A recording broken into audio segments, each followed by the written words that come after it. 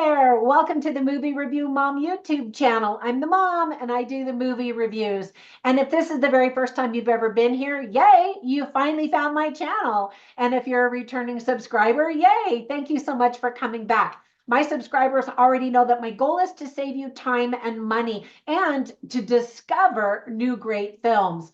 I like to give you the scoop on filmmaking quality and content so you can decide whether or not you want to spend time or money watching a particular film. So today, my movie review is about Happy Holidays from Cherry Lane. This sugary sweet Christmas movie releases on the Hallmark Plus channel on December 12th, 2024.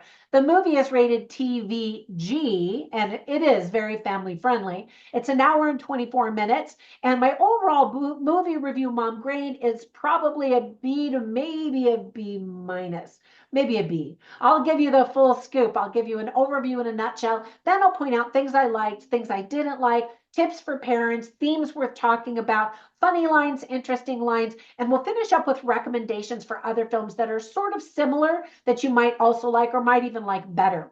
So first, in a nutshell, this Hallmark movie actually includes 3 different stories that all take place in the same house, but decades apart. It's Christmas Eve day, and each family experiences an emergency.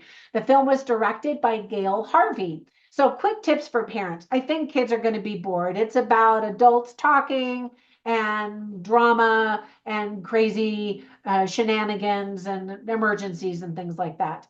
However, the movie is clean and family friendly in that regard. Some of the themes that are illustrated very well are Christmas memories, romance, family, time, taking chances, letting go of the past, and supporting loved ones and friends. So there is a long list of things that I really did like about the movie. It starts off with this information that I think is important to understand, and that is the first of the Cherry Lane Christmas movies was so popular and successful that Hallmark added 3 more to create a franchise story. So be sure to check out Christmas on Cherry Lane that came out in 2023. You don't have to see that first one to appreciate this one though. And I didn't see the first one. I had no idea it was even part of a franchise until I started researching it after I saw the movie. The others in the franchise are called Season's Greetings from Cherry Lane and Deck the Halls on Cherry Lane. The leading ladies who star in each of the 3 stories are Catherine Bell, Erica Durance, and Julie Gonzalo. The leading men include James Denton, Benjamin Ayres, Ryan Rotman, and Sergei Hude. So as I mentioned, kids are probably going to be bored, but I think adults will enjoy it. And it is family friendly enough where you can surround all ages around the TV and watch this together. You'll be perfectly safe with the content, especially if you're watching it with your grandmother. And in fact, she'll probably enjoy the family the most that lived in the house during the 1960s. It's really fun to see the 3 different families having Christmas experiences in the same house, decades apart. The furniture changes, the clothing changes, the hairstyle changes, and it really does visually do a good job showing that time has passed. One of the families creates a time capsule in the movie, and I'm wondering, have you ever made that? I participated, I think, a couple of times when one of my schools or 2 of my schools did it, but I haven't been there for the opening because they haven't even opened it yet. But I think the idea is really cool.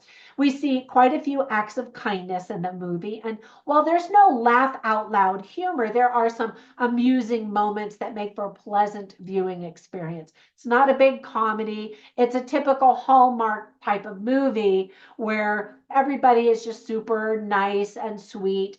And hey, there's nothing wrong with that.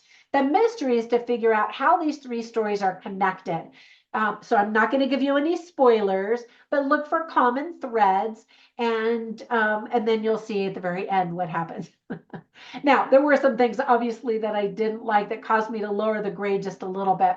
What bugs me about some of the characters in this kind of movie is that they're completely self-centered and oblivious to other people's feelings or wants. Now, I just finished saying how everybody is sweet and kind, and that's true, but we always get in Hallmark movies characters who just sort of bulldoze through everybody else, and while everybody else is too polite to object or get into a fight about it, that kind of thing.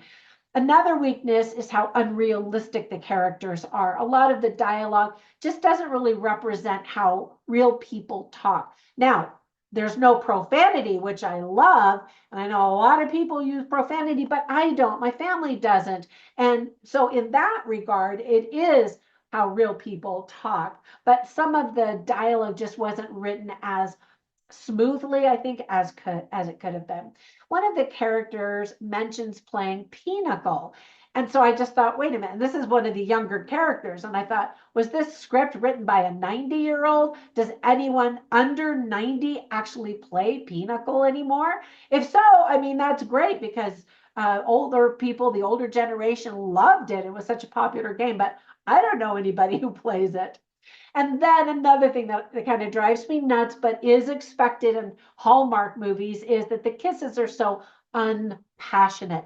In that regard, they're very family friendly. They're very sanitized. You know what I mean? And, some of these people, you want them to embrace and get that passionate kiss because you want them to be together and fall in love and all that kind of stuff. But it's Hallmark. Now, whenever I watch movies, I write down funny lines and interesting lines simply so you can get a taste for the dialogue and the script writing quality. You can see all of them on my written review at moviereviewmom.com, but I'll share some of them with you right now. So one of the funny lines that I wrote down was when a character who's played by Julie Gonzalo says to this guy who's, trying to be clever and witty, she says, "Did you just quote Footloose?" And they have a very playful relationship, and that's where I think I saw more humor was between those two. And then there were quite a few interesting lines that speak to the themes in the film. For example, I thought this one actually, maybe I should have put this on the list of funny lines as well. Catherine Bell plays a character and she says, "I'm a high school principal. You can't show weakness or they will eat you alive." And some things are happening at the school, some mysteries that have to be solved and that kind of thing. And then James Denton is a character who spoke quite a few interesting lines. And he said, "Everybody needs somebody sometime." And then he says, "We always want more time, don't we?" Which is absolutely true. And then Julie Gonzalo again says, "The things that were important to you when you were a kid don't have to be the same things that are important to you now." And I thought that was a wise thing to say.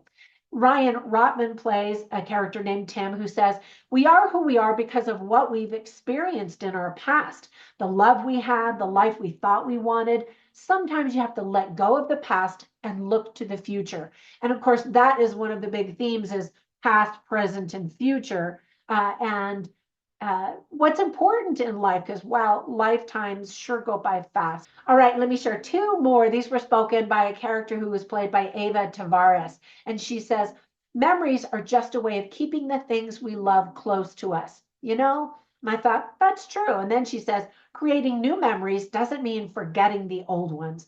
And that's true too. Sometimes I find myself reliving past days, reliving past mistakes, or just thinking about the good old days.